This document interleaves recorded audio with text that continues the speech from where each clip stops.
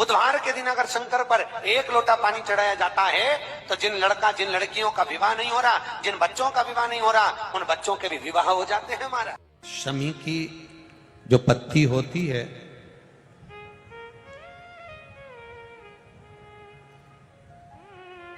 शमी की जो पत्ती होती है, एक पत्ती में जितनी पत्तियां लगी होती हैं और एक पत्ती के अंदर, जरा ध्यान देंगे, जैसे इस पत्ती में ढेर सारी पत्तियां लगी हुई है, उस पत्ती में से भी एक पत्ती तोड़ोगे और एक पत्ती तोड़ने पर उस पत्ती को भी अगर गिनोगे तो उसमें बहुत सारी पत्तियां होती हैं। आज प्रयास करना, अगर कहीं आपको शमी की पत्ती मिले तो जैसे ये पत्ती, इस पत्ती को तोड़ा गया, इस पत्ती में से एक पत्ती निकाली गई और एक पत्ती निकालकर आप धीरे से रखना और उसमें भी बारीक बारीक बारीक बारीक बारीक बारीक बहुत सारी पत्तियां नजर आती हैं। शिव महापुराण की कथा कहती है, जो सोमवार की अष्टमी हो या प्रदोष का व्रत हो या 12 महीने की शिवरात्रि हो या किसी भी दिन प्रदोष काल के अंतर्गत शंकर भगवान को एक शमी का पत्ता कोई भूलवश भी समर्पित कर देता है तो जितनी एक पत्ती में पत्तियां होती है और उस पत्ती के अंदर भी एक पत्ती को तोड़ने के बाद जितनी पत्तियां होती है उतने जन्म मृत्यु लोक में मनुष्य के नहीं होते। 84 लाख योनियों में से वो योनियां कट जाती हैं और देव योनि प्राप्त हो जाती। एक शमी पत्र की इतनी महत्वता है, एक शमी पत्र।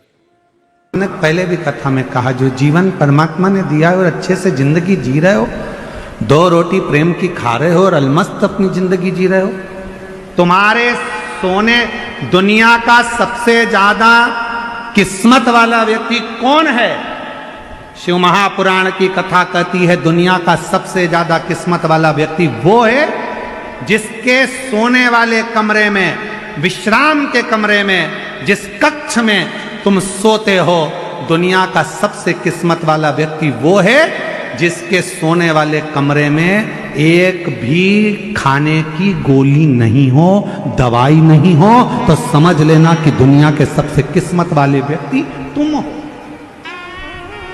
तुम्हारे सोने वाले कमरे में ये कपाट खोलो उसमें दवाई, ये कपाट खोलो उसमें दवाई, नीचे का ड्राज खोलो उसमें दवाई, इधर का ड्राज खोलो उसमें दवाई, सिर के पास बाम रखा, इधर रखा विक्स, इधर रखा सिरप, इधर रखा ये, पूरा घर अगर दवाइयों से, तुम्हारा कमरा अगर दवाइयों से भरकर रखा है, भले तुम्हारे यहाँ धन दौलत ढेर सारी हो, संपदा ढेर सारी हो, नौकर चाकर ढेर सारे हो, गाड़ी बंगला ढेर सारा हो, पर तुम्हारे सोने वाले कमरे में अगर ढेर सारी दवाई रखी है, रोज बिना दवाई के नहीं सो सकते, तो समझ लेना कि तुम किस्मत वाले नहीं हो। तुमसे ज्यादा किस्मत वाला तो एक नौकर है, चटाई बिछाता है, कंबल ओढ़ता है, चैन की नींद सोता है, सुबह उठता है, अपने काम में लग जाता है, नो टेंशन।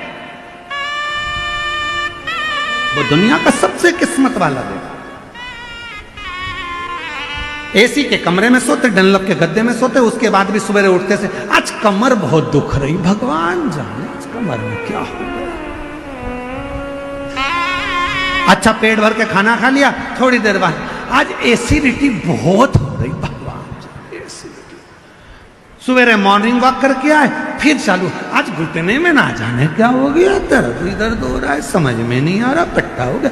रात को सो रही, फिर सवेरे उठते से बोली नींद नहीं आई, 2 बजे के बाद नींद नहीं आ रही, जग रही, पता नहीं क्या हो गया। हुआ कुछ नहीं है, तुमने अपनी टेंडेंसी ये बना ली, अपनी सोच ये बना ली, अपनी विचार ये बना ली है, अपनी सोच ऐसी बना ली है कि मैं बीमार हूं, बीमार हूं, बीमार हूं, बीमार हूं। बड़े से बड़ा रोग भी हो जाए, बड़ी से बड़ी तकलीफ भी आ जाए, अगर तुम्हारे मुख से ये निकलना चाहिए बिल्कुल खुश हूं, मेरा भोले बाबा 1 लोटे जल से मुझे सही कर देगा, तो बड़े से बड़ा रोग सही हो सकता। पर विचार सोच आपने ऐसी बना के रखी, इतनी बीमारी हो गई, इतनी बीमारी हो गई, गुरुजी ऐसा कहते हैं। शिव का विश्वास किसको कहते हैं, शिव पर भरोसा किसको कहते हैं? जब हम पूर्ण भरोसे के साथ शंकर का भजन करते हैं, पूर्ण भरोसे के साथ शिव का स्मरण करते हैं, तो उसका फल खाली नहीं जाता, उसका फल खाली।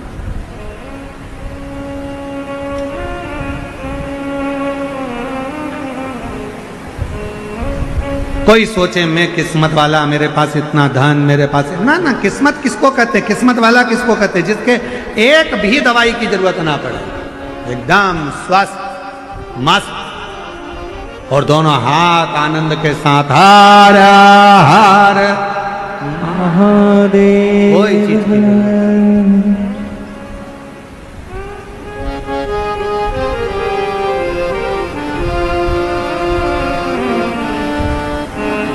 जब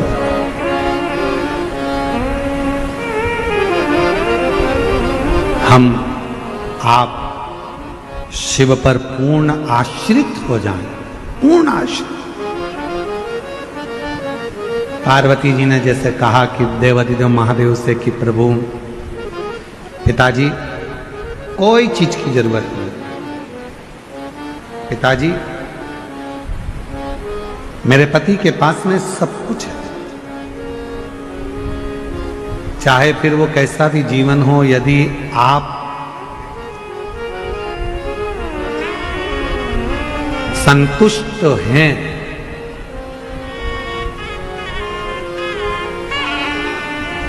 यदि आप संतुष्ट हैं तो छोटे से मकान को भी आप महल समझेंगे, छोटे से मकान। और यदि संतुष्ट नहीं है तो दुनिया की सारी खुशियां यदि आपको मिल जाए, सारा वैभव आपको मिल जाए, तो भी वो कम ही पड़े, तो भी। हाथ पर हाथ धरकर मत बैठे रहो, अपने कर्म को करते रहो, और एक ना एक दिन ऐसा आएगा कि आप अपनी मंजिल तक पहुंचोगे। ये शिव पुराण कहते हैं। व्यक्ति कर्म ही ना करे और सोचे कि मुझे मंजिल मिल जाए तो ये बहुत कठिन है। समंदर समुद्र अच्छे से अच्छे जहाज को भी डुबा देता है।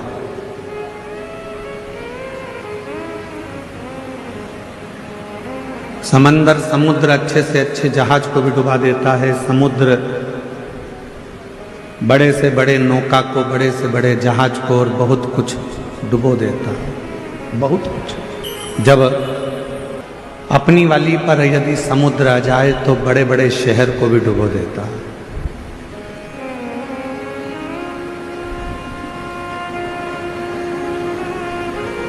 समंदर समुद्र जहाज डुबो देता है, बड़े बड़े क्रूज डुबो देता है, बड़े बड़े शहर को भी वो अपने अंदर सामर्थ्यता रखता है डुबोने की। पर समंदर समुद्र एक घास के तिनके को डुबो नहीं पाता है। एक घास का तिनका, एक तिनका ऐसा होता है घास का जिसको समुद्र डुबो नहीं सकता। किसी ने समंदर से कहा, समुद्र से कहा कि तुमने पूरा जहाज डुबो दिया, तुमने पूरी बस्तियां डुबो दी, तुमने कई शहर डुबो दिए, तुमने कई नगर डुबो दिए, ना जाने तुमने कितना कितना जहाज, कितने कितने क्रूज अंदर डुबो दिए, और तुम एक घास का तिनका नहीं डुबा पा रहे। एक घास का तिनका तुम डुबा नहीं सके। तो समुद्र ने कहा, ये घास का जो तिनका है ये एकदम हल्का, एकदम हल्का, और ये जो घास का तिनका है ये परमात्मा पर समर्पित होकर रहता है, इसलिए इसको डुबा नहीं सकते। हल्का। भारी कौन है? जिसको लगता है कि मैं कर रहा हूं, मैं करा रहा हूं, या मैंने करा है। हल्का कौन है? जिसने सोच लिया कि मैंने कुछ नहीं कराया, कराने वाला तो देवाधिदेव महादेव है, मैं तो केवल एक निमित्त मात्र। फैक्ट्री में काम करने वाले मालिक को ज्यादा चिंता होती है कि फैक्ट्री में काम करने वाले मजदूर को ज्यादा चिंता होती है फैक्ट्री की? फैक्ट्री की चिंता मजदूर को ज्यादा नहीं होती, फैक्ट्री की चिंता मालिक को ज्यादा होती। बिजली का बिल जमा हुआ कि नहीं हुआ, फैक्ट्री में यह काम हुआ कि नहीं हुआ, फैक्ट्री में यह कार्य होना था हुआ कि नहीं, मजदूर को तो नौकरी करना है, उसको तो तनख्वाह मिलेगी। तुम्हारा बिजली का बिल जमा हो चाहे ना हो, तुमने कोई कार्य किया हो चाहे ना किया, उसको तो तनख्वाह मिला। चिंता किसको? तो कहा मालिक को चिंता है, रात भर सो नहीं पाता, जागता रहता है, नींद की गोली खाता है, विश्राम करता है पर नींद नहीं आती, नींद उछट जाती है क्योंकि मालिक को चिंता है। नौकर को, काम करने वाले को, सेवादार को कोई चिंता नहीं, चिंता मालिक को। उसी तरह काम करने वाला एक सेवक, नौकरी करने वाला एक व्यक्ति हल्का होकर जिंदगी जीता है कि उसको मालूम है कि जो होगा सब सेठ का होगा, मुझे तो जितना काम दिया है उतना करना। कथा कर रही है, शिव महापुराण की कथा वर्णन कर रही है। जो तिनका होता है, घास का समुद्र कहता है, इस घास के तिनके ने भी ये सोच लिया कि हवा उड़ा कर ले जाएगी तो चला जाऊंगा, पानी गिर जाएगा तो गीला हो जाऊंगा, फिर सूखूंगा, फिर बढ़ूंगा।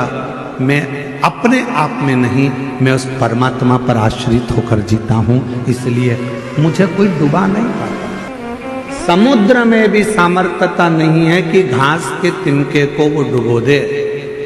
उसी तरह संसार में किसी की सामर्थ्यता नहीं है जो शंकर को एक लोटा जल चढ़ाने वाले को डुबो दे, ये किसी की सामर्थ्यता नहीं। शिव नाम सुनने वाला, भगवान शंकर का भजन करने वाला, शिव स्मरण करने वाला, श्री शिवाय नमस्तुभ्यम बोलने वाला, शंकर को एक लोटा जल चढ़ाने वाला, जब भगवान शंकर की शरणागति ग्रहण कर लेता है तो उसके परिवार की, उसके घर की, उसके कुल की पूरी चिंता शिव की हो जाती है। फिर हमारी चिंता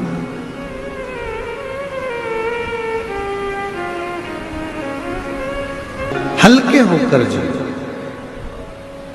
सब परमात्मा पर छोड़कर।